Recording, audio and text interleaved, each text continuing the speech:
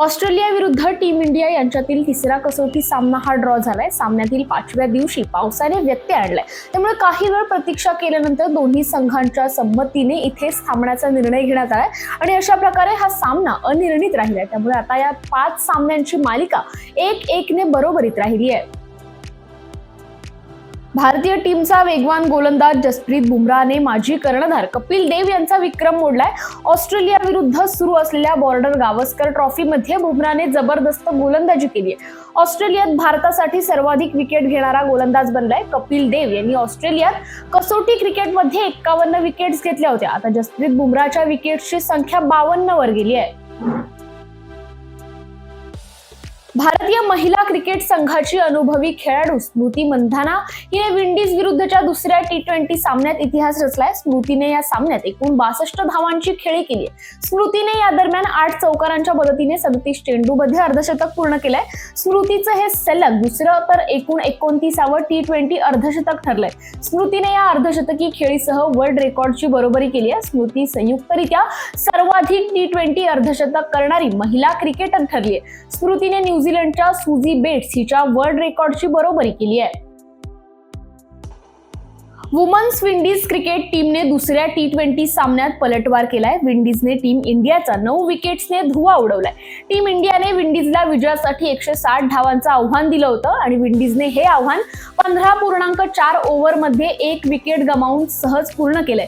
Captain हॅली Matthews ही विंडीजच्या विजयाची नायिका ठरली आहे। हॅलीने सर्वाधिक आणि नाबाद 85 धावांची खेळी केली आहे, तर कियाना जोसेफ आणि शेमेन कॅम्पेबेल या दोघींनीही शानदार खेळी करत विजयात योगदान दिले। विंडीजने या विजयासह 3 सामन्यांच्या मालिकेत 1-1 ने बरोबरी साधली आहे।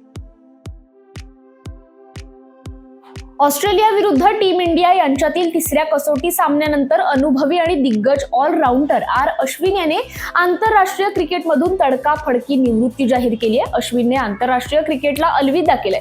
अश्विनने मालिकेदरम्यान एकाएकी घेतलेल्या या निर्णयामुळे टीम इंडियाला आणि क्रिकेट चाहत्यांना मोठा झटका लागलाय। मात्र अश्विनच्या या निर्णयासह त्याच्या 13 वर्षीय क्रिकेट कारकिर्दीला अंत झालाय। प्रो कबड्डी लीग मध्ये उत्कृष्ट सांघिक कौशल्य दाखवित यूपी योद्धात संघाने हरियाणा स्टीलर्स संघावर 31-24 असा सनसनाटी विजय नोंदवलाय आणि प्रो कबड्डी लीग मध्ये प्ले ऑफच्या दिशेने एक पाऊल पुढे टाकलंय। मध्यंतराला यूपी योद्धात संघाकडे 2 गुणांची आघाडी होती। यूपी योद्धाकडून सुमित याने उत्कृष्ट पकडी केल्या, तर भवानी राजपूत आणि भरत या दोघांनी पल्लेदार चढाया केल्यात। पुण्याच्या बालेवाडी क्रीडा संकुलातील बॅडमिंटन हॉलमध्ये जयपूर पिंक पॅन्थर्सने बंगळूर बुल्स विरुद्ध 35-26 असा महत्त्वपूर्ण विजय मिळवला आणि प्ले ऑफच्या आशा जिवंत ठेवल्यात।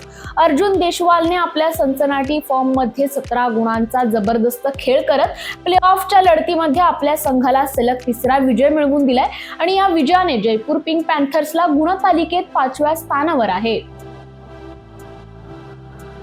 येत्या 5 जानेवारी 2025 रोजी आयोजित करण्यात आलेल्या फेडरल बँक पुणे मॅरेथॉनच्या नोंदणीस आजपासून सुरुवात होत असल्याची घोषणा करण्यात आली आहे। द सह्याद्री रन असे नामकरण करण्यात आलेल्या या मॅरेथॉनमध्ये पुण्याचे सांस्कृतिक आणि भौगोलिक वैशिष्ट्य उलगडणारे, उत्साहाने सळसळणारे आणि फिटनेसला अनन्यसाधारण महत्त्व देणाऱ्या पुणेकरांशी भावनिक बंध गुंतताना ही मॅरेथॉन समुदायाचा अभिमान फुलवण्याबरोबरच त्यांना स्वयं सुधारणांसाठी आणखी प्रेरित करण्यात येणार आहे।